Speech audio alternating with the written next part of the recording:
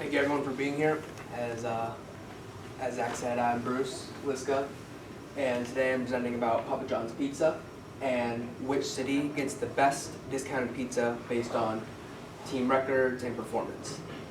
When I first saw the schedule, I felt bad because we're talking about Papa John's, like the session right before lunch, and I know I get hungry whenever I talk about pizza, so I do apologize for that.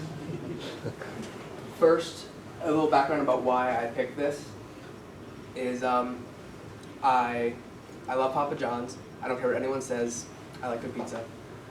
And every day after like the Nationals win and score 7 runs, or the Wizards win and score 100 points, I get an email from somewhere between like 11 o'clock a.m., 1 p.m. that says, you get 50% off your Papa John's today if you order and use this code. And every day, every time that happens, I always text my mom or dad and say, you can get 50% off Papa John's, and then I get shot down, but I always try. I'm very persistent like that. And I figured when I go to college, hopefully, it would be interesting to see which city I can live in based on most discounted pizza. So basically, for those of you who do not know, every time a sports team either wins or scores a certain amount of points, or in DC's case, both, you get 50% off Papa John's. And so I thought, like I said before, it'd be interesting to see which city's the best to live in. And to do that, I scraped 4 years worth of box score data and scoring logs from various websites, and I had to find the different parameters for Papa John's discounts in each city. So first, I would like to point out that Papa John's doesn't make this available publicly, which made my job a lot harder. And so what I had to do was go to different websites. CheapoLife.com was the most helpful. They were the closest thing to a database with all this information as you could get, but even then they didn't have all the information. So I went over old, Facebook and Twitter posts and to see what like local Papa John's were tweeting about at the time, and see if they had any information. And then as for like the box score data, like websites such as baseballreference.com, they had CSV files containing all like the information I needed with all that, so that was very helpful. And just a disclaimer, there's a pretty much 100% chance that this data is wrong, just because there is no one source with all this data. So there's a very good chance that somewhere along the way something was wrong, or someone mistweeted or something like that. So in order to get as accurate information I could, I was kind of getting desperate with all this, so I went to Reddit. I thought it would be a good idea to post in different subreddits for each city and see if they had any information that was useful. We have the very charming people in Denver who called me a spam bot. We have the very confused people in Philadelphia that don't understand posts apparently. And then we have the typical loud New Yorker who's very fond of their very average pizza. And like I said before, there is just no database with all of this, so I kind of mentioned this before where I went through like old posts from Twitter or Facebook, and I combined all these sources into like a notepad that I had and just made sure I had everything that I could. And the most difficult part was when teams either had weird parameters or they changed. The biggest ones being Philadelphia. And I'm going to pause for a short story about the 76ers.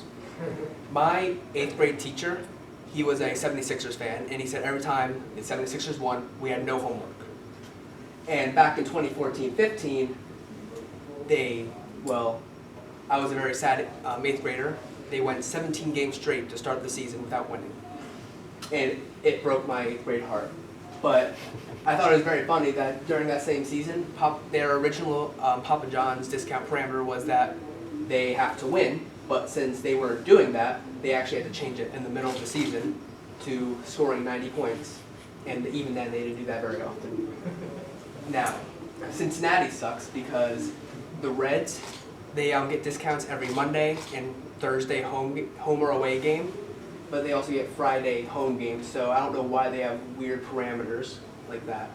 Same thing with Texas. Like, the Rockets get a discount every time they play on Tuesdays, and Spurs every time they play on Wednesdays, and like that for pretty much all of like the Texas teams, except for like maybe I think the Cowboys scored 20 points. Now Cleveland, as we all know, the Cleveland Browns have a history of being garbage. Their discount parameters change probably as many times as their head coach changed in that same time period, I'll be honest. And then Atlanta, because for the Atlanta Hawks, their parameter is to score 50 points in the first half. And well, they had to go through and do that manually. They got to go through each season and find every single game and find each game where they scored 50 points in the first half, and it was quite annoying. And so to get most of the data, like I said, not the Hawks, because I had to do that manually, but all the rest of like the box score data, I had to use a scraper. And the scraper was annoying. This is size 5 font. I tried to fit it all in 2 columns, but it was so big that even size 5 font, I had to make a 3rd column. And just so this is more the important part of the scraper, I just kind of cut out the stuff that wasn't as necessary. And even then, this is 2 columns on one page, 2 columns on another. And what was really annoying about the scraper even is that, it was, as you would expect for like each sport, you know, if you have like baseballreference.com, for example, you have 2014, 15, 16, 17, 18. That was very easy to get through because you just change, you know, what was it? Yeah, so you would just change that to a 5 instead of a 4 and go on your merry way. But when you change sports, you had to change pretty much everything. So the one on the left is for the NFL, the one on the right is for hockey. And you had to change, you know, not even just the website, but the headers, and there was a lot more you had to change with that as well, which also made it very inconvenient to get all of this data. Now, when I got all that data, it's just an example. I used the Wizards because they were the first team I did. So you have like your big overall like data set, which I just called data for it to be easy. And I just filtered out every single time the Wizards played. And then from there, I filtered out that they won. And then from there, I filtered out every time they won and scored 100 points because the Wizards, that's what they require. And then I found the date that they did that. And then I added 1 because you get the discount the next day. And with that data, I compiled each city. So, you know, I'd take all the Wizards, Capitals, Nationals, Redskins discounts, put them all in one column, remove all of the duplicates, and then from there, I found you're able to see like the raw counts of how many discounts a city got. My original prediction was New York and Los Angeles, just because New York has 8 teams and Los Angeles has 7. So that, in my mind, that would be the best. Now, while New York and Los Angeles all have like 7, 8 teams, not all of them are sponsored by Papa John's. So New York only has 6, and then a whole bunch have 4, and then Los Angeles only has 3 sponsored by Papa John's. And just as a side note, I counted the Texas Rangers as Dallas, even though it's about halfway between Fort Worth and Dallas, but you can still apparently use the code in Dallas according to Google. So I counted them there. And then the Florida Panthers I just counted as Miami because they're closer. From there, this is just the 2014-15 season. As you can see, New York had the most counts of days off, half off Papa John's, followed by Chicago, and Los Angeles was not too far behind, but it's not bad considering they only had 3 teams versus all the other teams that had 4, like DC has 68 and they have 4 teams, compared to all the other cities that have 4 teams.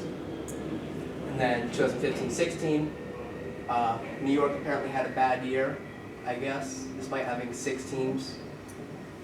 But Chicago was the city with the most discounts, and then New York, then Philadelphia. And actually Cleveland is fairly high up there as well. I think that's just because that was the year they went to the NBA Finals and won. Well, I guess they went to the NBA Finals like all of these years, but this is the one they won. And then 2016-17, you know, New York takes their crown back, followed by Chicago, and then there's a whole cluster there of like cities you wouldn't expect to win. Like, I was surprised to see Phoenix so high because literally the last city I think of when it comes to winning is Phoenix. They have no one there, no team there I would think of.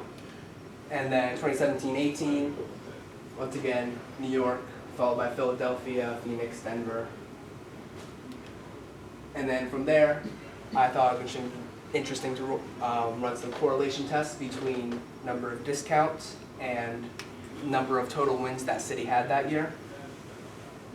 And as you would expect, there was a strong correlation between pretty much all of them, because the more you win, the more likely you're going to score either more points or score more points.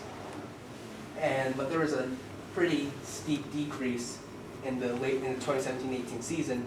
I think that's because, as we all know, a lot of teams cut their, they stopped their sponsorship with Papa John's because of what the owner said. I'm not going to get into that, but that's my guess. And then from there, it was determined the p-value of all of the, correlations and stuff like that. And for those of you that don't know what p-value is, it determines statistical significance. Anything less than 0.05 is considered significant. And all the p-values I got were like 1.2 whatever to the exponent of -8, which is a lot less than 0.05. And basically what that means is that there's very little chance that all of this happened just from random chance. There's a very little chance that happened because of chance. And I thought it'd be interesting to also make a regression equation. Basically, you can predict the number of discounts that city would get based on the number of wins that city gets that year. And so basically, for X, you just plug in the number of cities, or number of wins that city gets, and then Y is the predicted number of total discounts. Now, the issue with this is that, say you take your favorite football team, whatever that would be, you fire their head coach, replace them with, say, Jeff Fisher. For anyone that doesn't know who Jeff Fisher is, he's the king of mediocrity. He can only get 8 wins, no more, no less. And so if you plug in 8 wins for X, you would get something like 5.6. And if you had 5.6 to 11.71, that's 17. A team can't get 17 wins in an NFL season, at least the NFL regular season, unless you're the Patriots and you're a conspiracy theorist. Then maybe. But you can't do that, which is probably the biggest problem with this.